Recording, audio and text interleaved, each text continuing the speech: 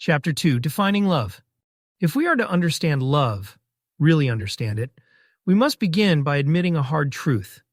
Our language has made a mess of the word. As Monsieur Scott Peck observed, our use of the word love is so generalized and unspecific as to severely interfere with our understanding of love.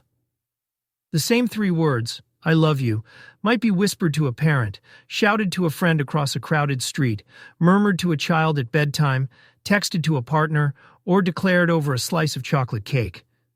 The words are identical, but the meaning in each case is profoundly different. This lack of precision makes love slippery to define. To speak of love without context is like talking about movement without specifying whether we mean the drift of continents or the tap of a finger. And yet, if we wish to live well in love, we must do more than feel it. We must know what we mean when we say it. So what is love?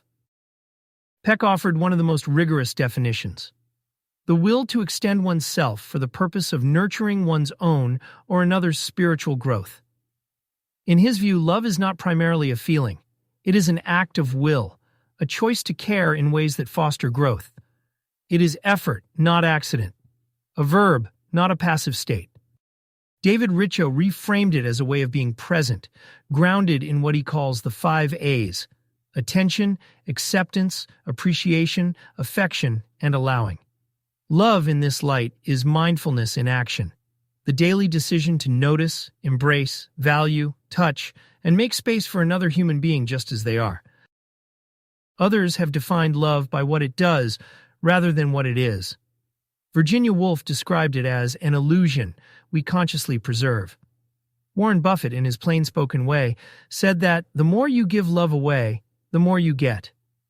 Viktor Frankl saw love as transcending physical presence, rooted in the enduring image of the beloved. And then there are definitions that capture its texture rather than its function.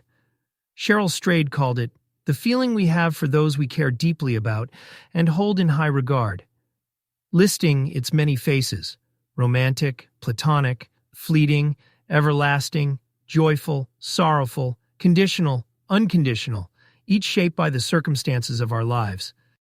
When we step back from the variety of definitions, certain patterns emerge. 1. Love is active. Whether we see it as an act of will, a form of mindful presence, or a set of concrete choices, love requires movement toward the other. 2. Love is costly. It demands time, energy, vulnerability, and at times pain. 3. Love is particular. We may feel benevolence toward humanity in general, but love, in its richest forms, has a target, a face, a voice, a name. 4. Love is transformative. At its best, it enlarges both the lover and the beloved, creating the possibility of growth neither could achieve alone. This is why defining love is not a dry academic exercise. It is a compass. Without a clear sense of what love is, we risk confusing it with infatuation, dependency, lust, or control. We may think we are loving when we are merely clinging. We may mistake temporary pleasure for enduring care. And here's the paradox. Love resists final definition. No matter how we frame it, love has a way of spilling over the edges. It is at once a deeply personal experience and a universal human reality. The best we can do is draw a map that helps us navigate it while leaving space for its mystery. In the chapters ahead, we will see love in its many disguises: romantic and platonic, possessive and freeing, fleeting and lifelong.